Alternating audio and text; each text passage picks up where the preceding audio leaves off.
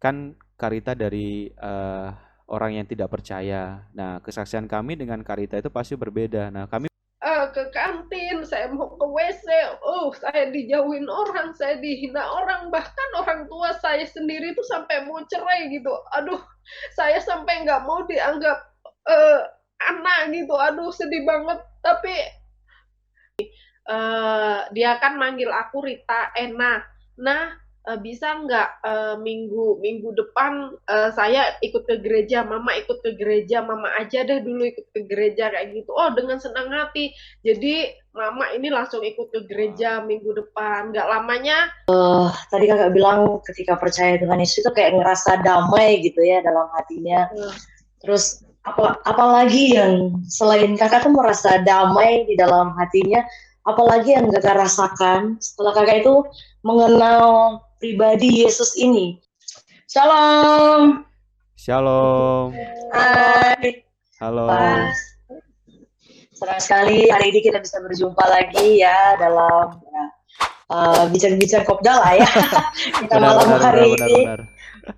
Dan puji Tuhan dari yang kita share dari sosial media kita untuk Betul teman-teman kita sekali. yang mau berbagi kesaksian, yang mau bagi berkatnya, kebersamaannya dengan Tuhan gitu ya Hmm. dalam kehidupannya. Jadi ada satu orang pertama yang mau sharing nih soal pengalamannya dengan Tuhan, sesuatu yang dia rasakan dengan Tuhan. Nah, ini dia sudah ada sama-sama dengan kita hari ini.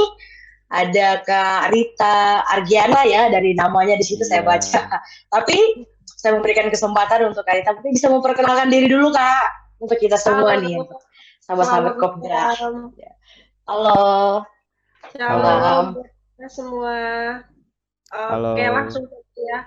Langsung aja perkenalin nih, nama saya Rita Argiana, biasa dipanggil Rita. Untuk umur saya berumur 24 tahun, saya berdomisili di Sebulu SP5, Kecamatan Muara Kaman gitu. Oh, iya, iya, Wow, iya, luar iya. Halo biasa Kak Rita. sekali. Halo Halo ya. juga Kak. Terima kasih banyak ya Halo. sudah mau bergabung malam hari ini. Tadi dari mana asalnya Kak? Dari Sebulu SP5. Dari Sebulu ya SP5. Wah, itu saya nggak tahu tempatnya itu. Pasti yang saya cuma tahu tuh Samarinda sama Tenggarong aja. Itu Balikpapan masuk sama Tenggarong Tenggarong. juga, Kalimantan Timur juga. Oh, gitu ya. Nah, Oh, sekali-kali iya, lah iya, main iya. ke sini kan, main ke sini Boleh, lihat-lihat boleh, gimana boleh. Kalau itu. ada waktu kan bisa jalan-jalan ke sana. Heeh. Sebulu itu dari Kutai Kartanegara ya. Saya juga dari Kutai Kartanegara tahun. Oh, iya. Sama, tapi beda, beda ada ya. Heeh. Oke. Pertama-tama kita mau bilang terima kasih untuk Karita yang sudah bersedia banget untuk mau sharing kesaksiannya malam hari ini. Jadi kakak nih mau sharing apa nih malam ini untuk kita? Mau sharing mengenai kesaksian hidup lah tentunya gitu kan ya, mau berbagi. Oh, tentang Oke. tentang kehidupannya ya selama selama hidup lah. Atau mungkin selama Uh, bersama-sama dengan Tuhan ya. Ya, that's Heeh. right. Selama dengan Tuhan, mengenai kehidupan, ya Hmm. seperti itulah. Oke, kalau saya ini ya tadi sempat eh, tahu sedikit soal latar belakang Karita. Ini Mm-mm. dulunya bukan agama Kristen ya? Iya benar Kak, saya dulu nggak percaya dengan Kristus, orang yang nggak mengenal Kristus gitu ya. Hmm. Heeh. Hmm. Iya, iya, iya, Lalu iya. kan dulunya kakaknya bukan Kristen ya, Hmm. bukan orang percaya dulunya. Terus saya mau tanya nih Kak soal ini. Kapan kapan kakak mulai percaya kepada Kristus gitu, kepada Yesus? Kira-kira itu tahun berapa gitu ketika kakak memutuskan untuk percaya sama Yesus? Oke, pertanyaannya baik sekali. Untuk saya percaya kepada Yesus itu sekitar tahun mulai percaya itu pada tahun 2016. Itu lulus kelas 3 SMA. di mana pada saat lulus itu saya memutuskan untuk percaya sama Yesus tahun 2016. Hmm. 2016, 17, 18, 19, 20, 21, 22 ini udah jalan 7 tahunan lah. Oh, iya iya Sekarang iya iya baru iya. 7 tahunan, benar banget. Kalau dibilang baru nggak juga ya, sudah lama lah juga ya. Ya kalau Uh, dibandingkan dengan kami kan, kami udah dari kecil memang sudah percaya gitu. Dan iya, Karita masih baru, tapi kita punya kesaksian itu berbeda-beda. Dan kami sebenarnya rindu juga nih. Kan Karita dari orang yang tidak percaya. Nah, kesaksian kami dengan Karita itu pasti berbeda. Nah, kami punya kerinduan mendengar kesaksian dari orang-orang. Gimana sih orang-orang yang tidak percaya sebelumnya dan akhirnya menjadi percaya seperti itu. benar. Heeh. Setelah kakak percaya kepada Tuhan Yesus, ada nggak kakak untuk mengabarkan atau menyampaikan tentang Kristus kepada orang lain atau menyampaikan kasih itu kan kepada orang-orang di sekitarnya kakak seperti itu. Oh, ada dong, banyak banget. Aduh, Weh, kalau mau cerita tuh rasanya tuh kayak pengen nangis gitu ya. Karena nggak apa-apa, ini rasanya tuh, waktunya ini. ya rasanya tuh gimana gitu. Jadi tuh awal awal mulanya nih, kenapa sih saya bisa memilih Kristus? Saya cerita aja lah ya. Iya, silakan, nggak jadi Santai masalah. aja, kita Heeh. pasti dengar. Saya kan eh, SMA itu saya masih menganut menganut belum percaya kepada Kristus lah ya. Jadi Hmm. saya itu kalau di sekolah ya biasa-biasa aja menjalani aktivitas seperti biasa. Nah, pada saat kelas 3 itu kan ada yang namanya perpisahan tuh, oke kan? Perpisahan. Jadi kami ini sekelas sama guru-guru juga, kami tuh ngadain yang namanya perpisahan gitu Hmm. di suatu tempat. Nah, tempat itu air terjun lah ya. Disitulah kami perpisahan, foto-foto, makan-makan bareng guru-guru, bareng teman-teman. Nah, setelah selesai itu, sepulang dari tempat itu, nah saya mengalami sebuah penyakit gitu ya. Nah, kalau kata orang-orang itu saya diikuti sesuatu gitu ya, entah apa Ah, tuh. Saya diikuti sesuatu, apa makhluk halus kah, apakah nggak tahu lah ya. Nah, setelah itu saya tuh ceritanya dibawa berobat nih, saya dibawa berobat, saya dibawa ke dokter, saya dibawa ke suster, saya dibawa kemana pun itu anehnya itu nggak ada yang bisa nyembuhin gitu, sembuh sih tapi nggak totalitas gitu ya, sembuhnya tuh nggak totalitas gitu. Dan pada akhirnya saya ini punya nenek ya, nenek yang percaya sama Tuhan.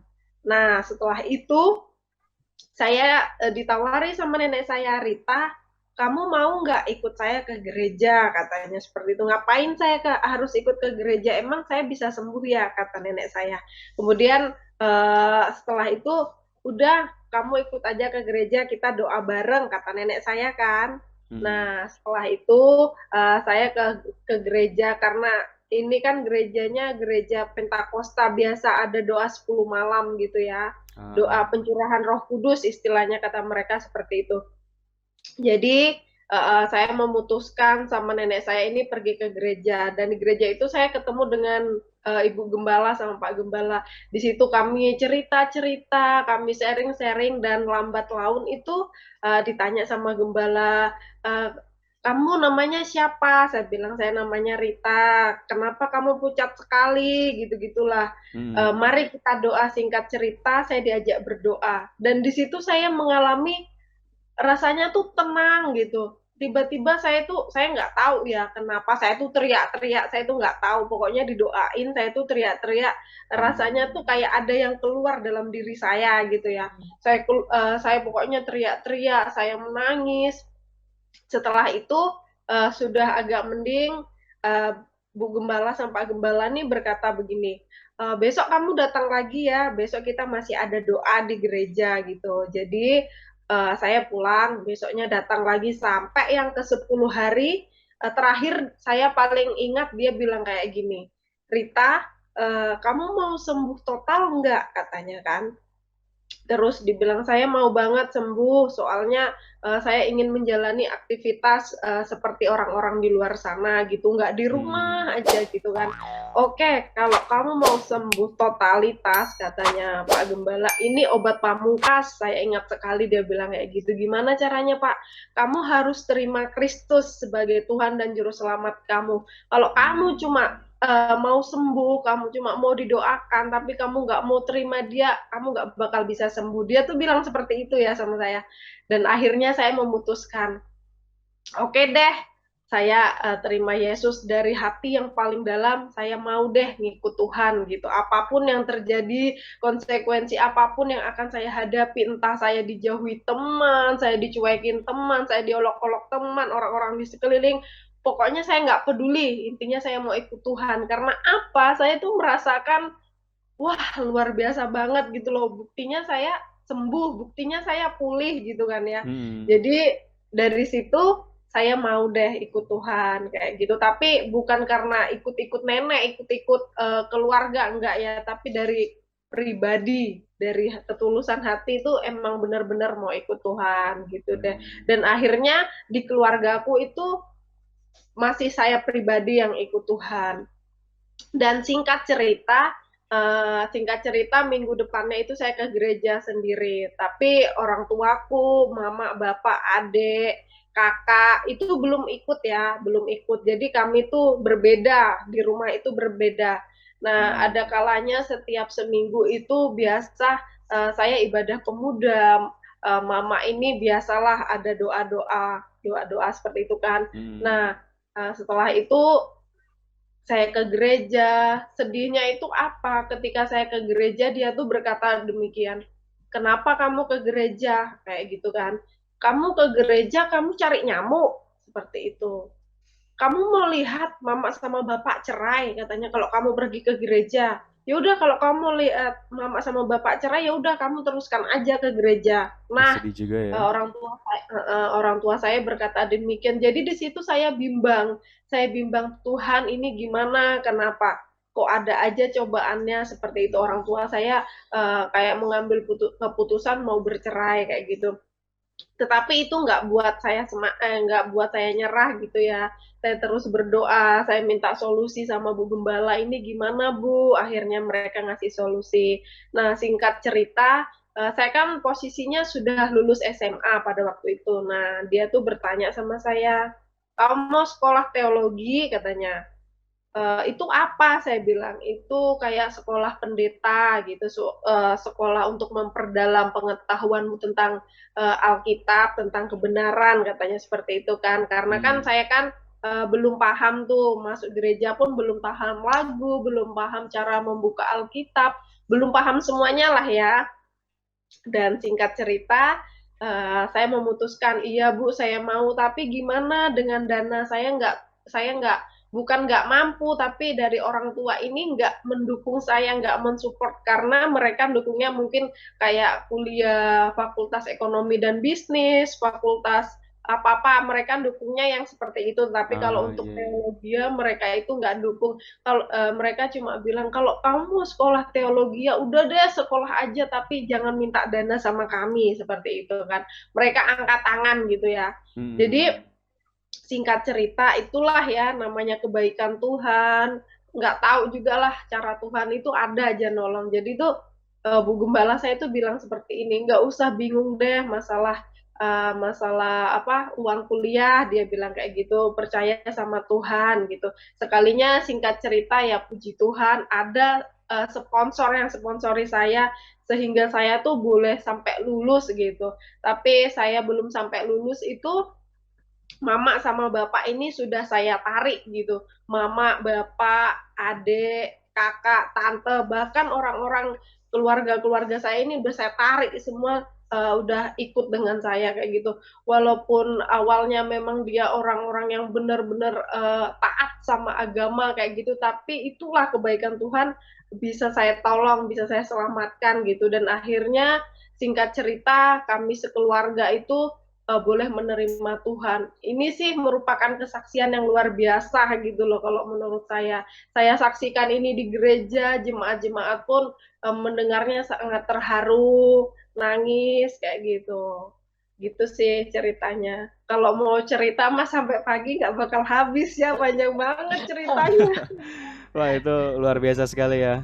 Iya Itu gitu. pengalaman pertama ketika percaya kepada Yesus ya. Heeh. Wow, itu luar luar biasa sekali sih sebenarnya, dan jarang sekali eh bisa mendengar cerita tentang ini di mana orang yang dipilih oleh Tuhan dan Mm-mm. bisa langsung membawa keluarganya untuk percaya kepada Tuhan juga seperti itu. Wah, itu luar biasa sekali.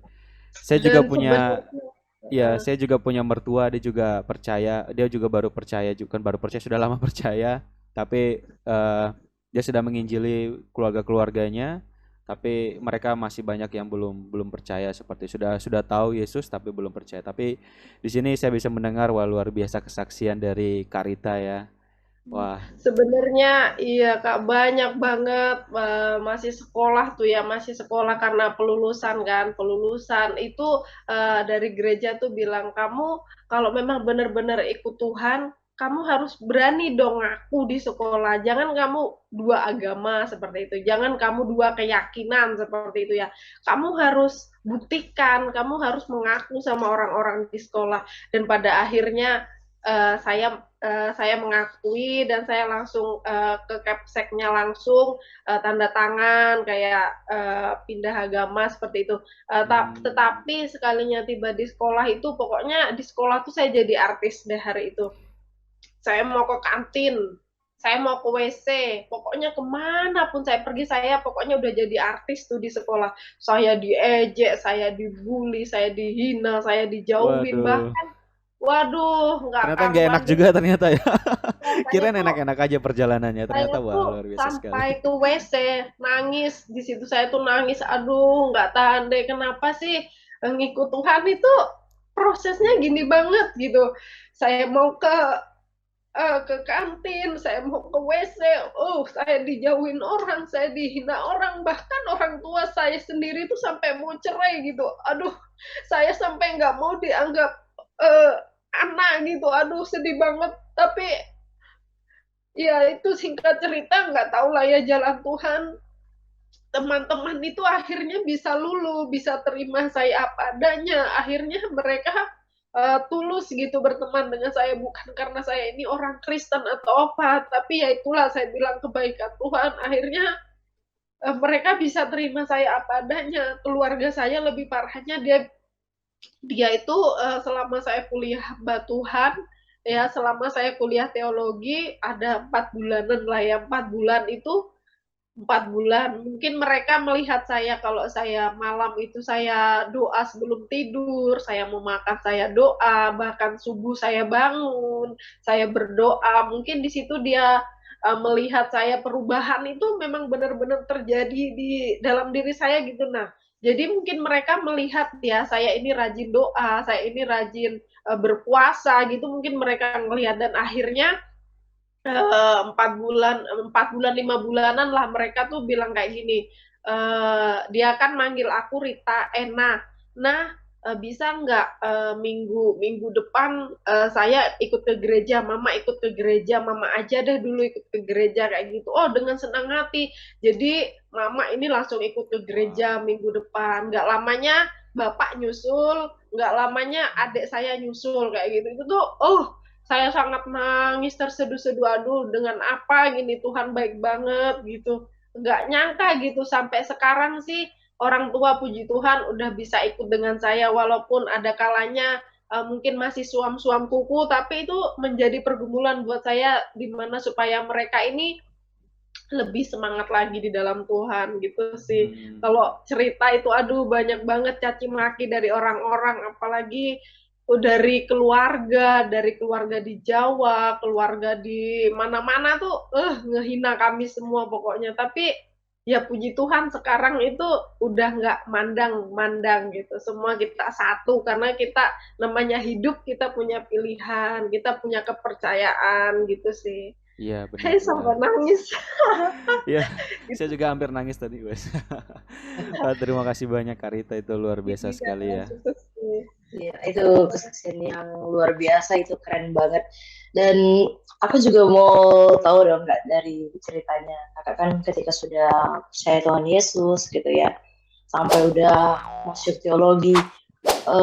Tadi kakak bilang ketika percaya Tuhan Yesus itu kayak ngerasa damai gitu ya dalam hatinya. Nah, Terus apalagi yang selain kakak tuh merasa damai di dalam hatinya, apalagi yang kakak rasakan setelah kakak itu mengenal pribadi Yesus ini, sehingga kakak itu sampai-sampai saking apa ya, saking terkagum-kagumnya dengan pribadi Yesus ini, tapi kakak kasih tahu loh, itu loh Tuhan Yesus itu ke keluarganya, disampaikan kepada keluarganya, Injil itu disampaikan kepada keluarganya, dan sampai mereka melihat perubahan yang luar biasa, perubahan yang besar dari hidup kakak.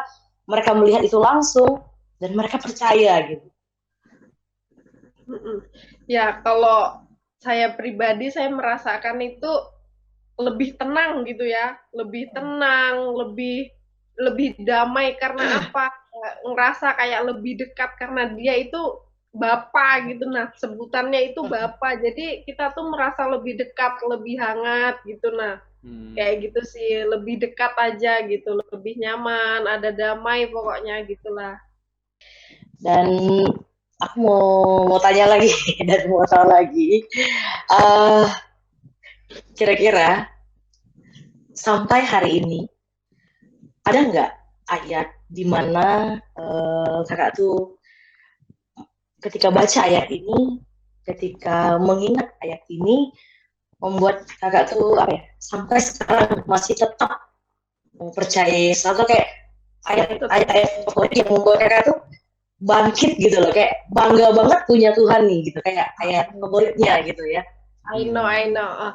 Kalau sejauh ini ayat favorit saya yang memberi kekuatan sampai saat ini itu ada di dalam Filipi pasal 4 ayat ke-13. Itu firman Tuhan demikian. Segala perkara dapat kutanggung di dalam Dia yang memberi kekuatan kepadaku. Itu sih ayat favorit dan itu juga ada lagunya loh. Segala perkara itu dapat Nyanyi kutanggung. ya. Aduh, kalau nyanyi itu tuh rasanya tuh udah mewek deh kayak Oh gitu. iya iya betul betul. Itu Kadang sih. juga ada lagu-lagu yang bisa buat kita itu apa tersentuh kan. Apalagi betul-betul lagu itu Betul. mencerminkan kehidupan kita gitu. Aduh, itu Iya, sampai benar banget Kak, tanpa benar. tanpa disadari itu air mata sudah nurun gitu kan.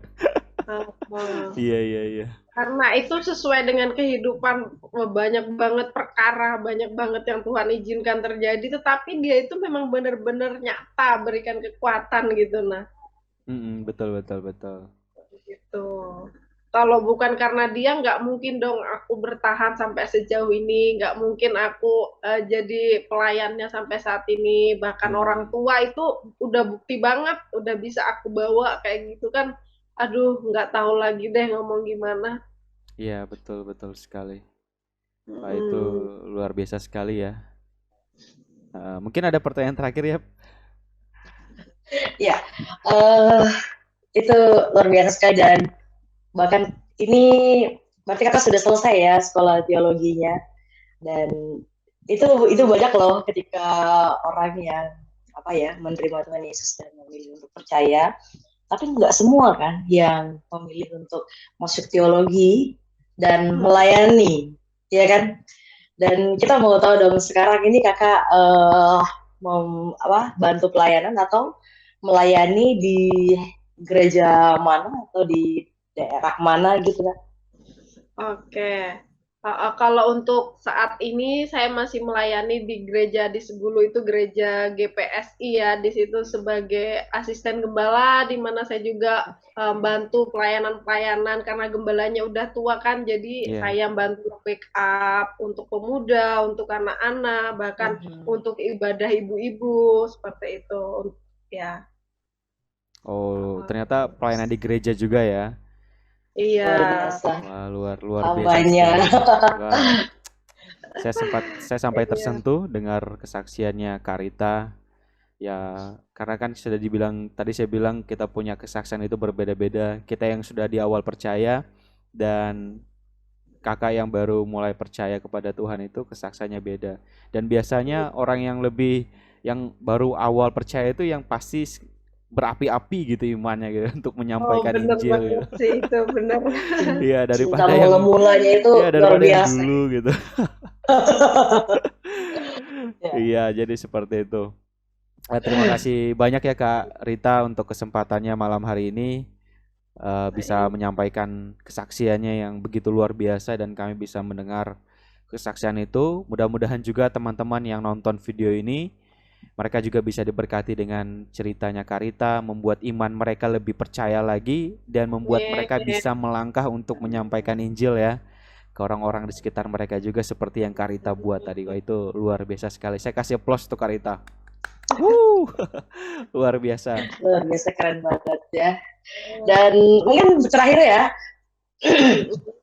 kakak mau ada nggak sesuatu yang kakak mau sampaikan ke penonton kita, ke pemuda-pemuda Kristen yang ada, atau mungkin closing statement mungkin gitu kan, atau apalah yang kayak mungkin kira-kira bisa membuat kita ayo dong semangat penginjilan atau semangat apalah gitu sebagai penutup ya.